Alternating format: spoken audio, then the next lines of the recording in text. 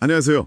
오늘 딥다이브에서는 보내주신 자료들을 통해 전통적인 가치 투자자로 알려진 베로가 어떻게 마이크로소프트나 브로드컴 같은 기술주에 접근하는지 좀 깊이 파헤쳐 보겠습니다. 아, 네. 흥미로운 주제네요. 단순히 재무제표 숫자 너머에 있는 그 기업의 진짜 가치를 꿰뚫어보는 베로만의 다차원적 전략, 또 통찰, 이런 걸 이해하는 게 이번 여정의 목표입니다.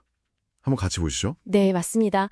이게 단순히 싼 주식 찾는 개념? 이걸 넘어서서요. 그 산업의 판도라던가 미래 성장 동력까지 읽어내면서 어떻게 보면 기술주 가치 투자가 가능한지. 아, 기술주 가치 투자. 네, 그 구체적인 방법론을 실제 사례 통해서 살펴보는 거죠. 단순히 저평가된 기업 찾는 거랑은 좀 다르다고 할 수 있습니다. 보통 기술주 하면 배당이 적거나 밸류에이션이 높으니까 전통적인 가치 투자 포트폴리오와는 좀 거리가 멀다, 이렇게 생각하기 쉽잖아요. 그렇죠. 네. 근데 베로 포트폴리오 최상단에 마이크로소프트랑 브로드컴이 딱 있다는 게 이게 참 흥미로워요. 이게 바로 말씀하신 기술 가치 투자의 핵심을 보여주는 걸까요? 정확합니다. 네. 핵심은 수렴적 사고, 그러니까 convergent thinking이라고 할 수 있는데요. 수렴적 사고. 네, 가치 아니면 성장 이렇게 딱 나누는 게 아니고요. 그 두 가지 특성을 모두 가진 그런 우량 기업을 발굴하는 유연성을 보여주는 거죠. 아, 둘 다 가진 기업. 그렇죠. 단순히 PR 낮은 주식만 찾는 게 아니라 성장 잠재력도 강하고 근데 또 그 가치가 합리적인 가격에 거래되는 소위 고품질 성장주 이런 걸 선별하는 겁니다. 고품질 성장주요? 네. 베로는 이런 기업들이 시장의 어떤 고정관념 때문에 종종 제대로 평가받지 못하는 그런 기회를 딱 포착한 거죠. 그렇군요. 그러니까 가치와 성장의 경계를 약간 허무는 그런 접근이네요. 맞습니다. 그럼 브로드컴 사례로 좀 더 들어가 보죠. 자료 보니까 낮은 가격에 사서 큰 수익을 냈다고 나오는데 베로가 본 브로드컴의 핵심 가치는 뭐였을까요? 이게 단순 저평가는 아니었을 텐데요. 맞습니다.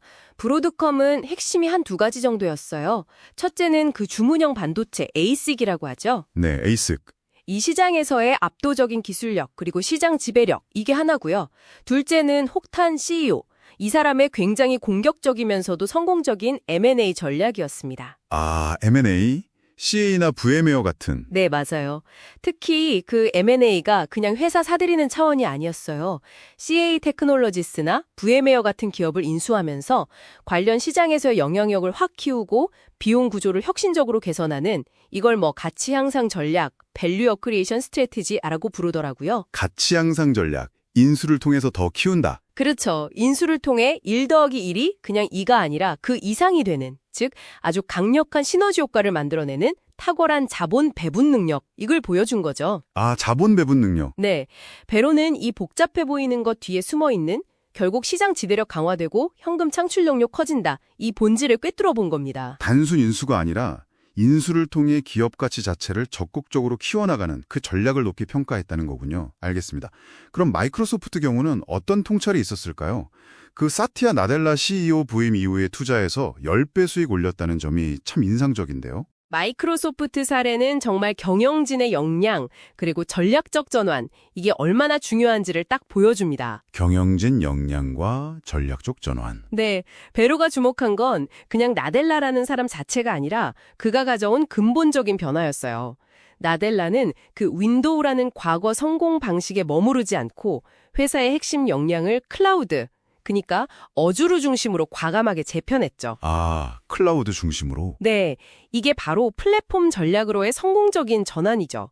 단순히 제품, 윈도우 파는 화사가 아니라 다른 기업들이 그 위에서 비즈니스를 하고 확장할 수 있는 거대한 생태계를 만든 거예요. 생태계 구축이군요. 그렇죠. 이게 단순히 기술 변화가 아니고요. 조직 문화를 바꾸고 corporate culture innovation, 시장 변화에 민첩하게 대응하고 strategic agility, 또 기존의 핵심 역량, core competencies를 미래 기회에 맞게 재배치하는 아주 총체적인 혁신이었습니다. 와, 정말 큰 변화였네요. 네, 베로는 이 리더십이 가져올 구조적인 변화, 그리고 장기적인 가치 창출 잠재력, 이걸 남들보다 먼저 딱 파악했던 거죠. 결국 두 기업 모두 겉으로 보이는 재무 지표나 기술 그 자체보다는 그 이면의 전략적인 움직임, 리더십의 질, 그리고 미래 가치를 만들어내는 능력, 여기에 주목했다는 거네요. 맞습니다. 바로 그겁니다. 자, 그럼 이 모든 분석이 지금 듣고 계신 당신에게는 어떤 의미를 가질 수 있을까요? 중요한 점은요. 가치다, 성장이다, 이런 단순한 딱지에 너무 얽매이지 말아야 한다는 겁니다. 당신이 어떤 기업이나 분야를 분석하든 실제 가치가 어떻게 만들어지는지 그 근본적인 동인을 파악하는 게 중요하다는 거죠. 근본적인 동인이요. 네. 리더십의 비전은 뭔지, 경쟁 환경 속에서 어떤 전략을 쓰는지, 또 변화에는 얼마나 잘 적응하는지, 이런 질적인 요소들을 깊이 들여다봐야 한다는 겁니다. 베로가 이 기술 기업들에 투자한 구체적인 이유를 파악하는 게 중요해요. 그 이유요? 네.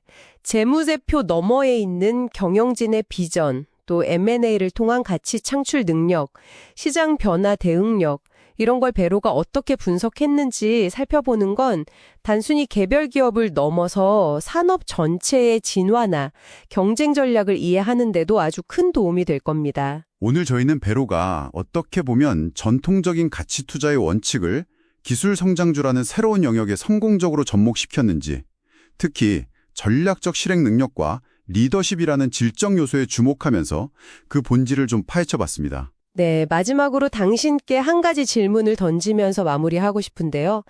투자뿐만 아니라 당신이 관심을 갖고 살펴보는 어떤 분야에서든 장기적인 가치를 평가할 때 재무적인 수치 외에요, 리더의 비전이라던가 조직의 자기 혁신 능력, 그러니까 전략적 민첩성 같은 눈에 잘 보이지 않는 이런 질적인 요소들에 과연 얼마만큼의 무게를 두어야 할까요?